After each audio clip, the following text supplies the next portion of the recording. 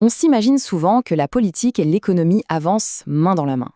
Mais que se passe-t-il quand un pays, qui s'oppose fermement à la Russie sur la scène internationale, devient en même temps l'un de ses meilleurs clients pour le gaz? C'est le grand paradoxe français qu'on va décortiquer aujourd'hui.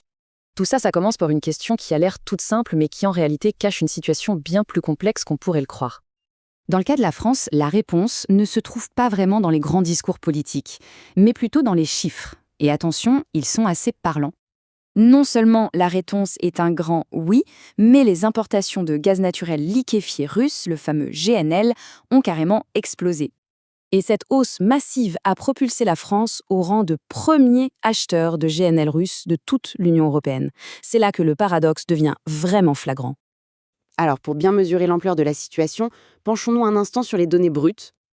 On le voit bien ici, la France est largement en tête et elle distance même assez nettement d'autres gros importateurs comme l'Espagne ou la Belgique.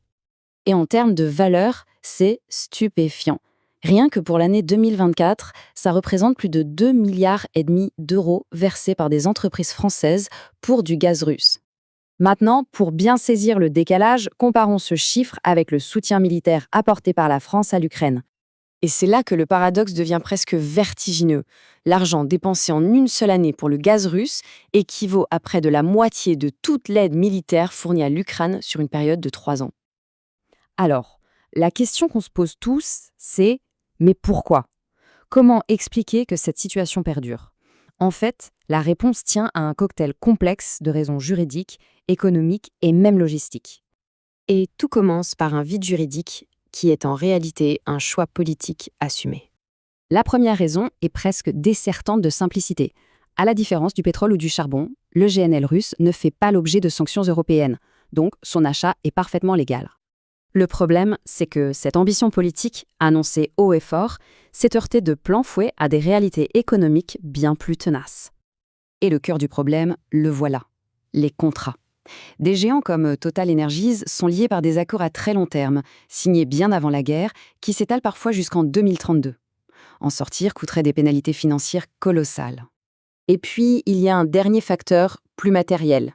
La France dispose d'infrastructures portuaires de pointe, parfaitement équipées pour accueillir les énormes méthaniers, ce qui en fait, de facto, une porte d'entrée idéale pour le GNL en Europe. Mais l'histoire ne s'arrête pas là parce que tout ce gaz qui arrive dans les ports français, eh bien, il n'y reste pas forcément. Pour comprendre, il faut s'intéresser à une opération logistique un peu technique, mais essentielle, le transbordement. C'est une étape cruciale pour l'exportation du gaz russe. En clair, la France agit un peu comme une gare de triage géante. Le gaz arrive de l'Arctique russe sur des navires spéciaux, il est déchargé dans un port français, puis rechargé sur d'autres bateaux pour être envoyé partout en Europe.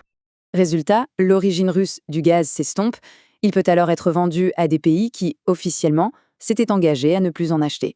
Ça fragilise forcément l'objectif commun d'indépendance énergétique européenne. Alors, est-ce que cette situation est amenée à durer? Quel est l'avenir de ce commerce pour le moins controversé?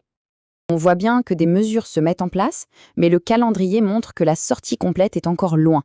L'objectif européen est fixé en 2027, mais il n'est pas contraignant. Et certains gros contrats, eux, courent jusqu'en 2032. Et si c'est si compliqué, c'est aussi parce que l'Europe est profondément divisée sur la question. Entre les pays qui y sont favorables, ceux qui hésitent, et ceux qui s'y opposent fermement, difficile de trouver un consensus. Au final, on a une France complètement tiraillée entre ses prises de position géopolitiques, les réalités économiques et contractuelles de ses entreprises, et son rôle de pivot pour la sécurité énergétique de tout un continent. Toute cette histoire nous laisse avec une question de fond. Dans ce grand marché mondial de l'énergie, est-il vraiment possible de séparer la politique des pipelines, ou est-ce là un paradoxe permanent de notre époque ?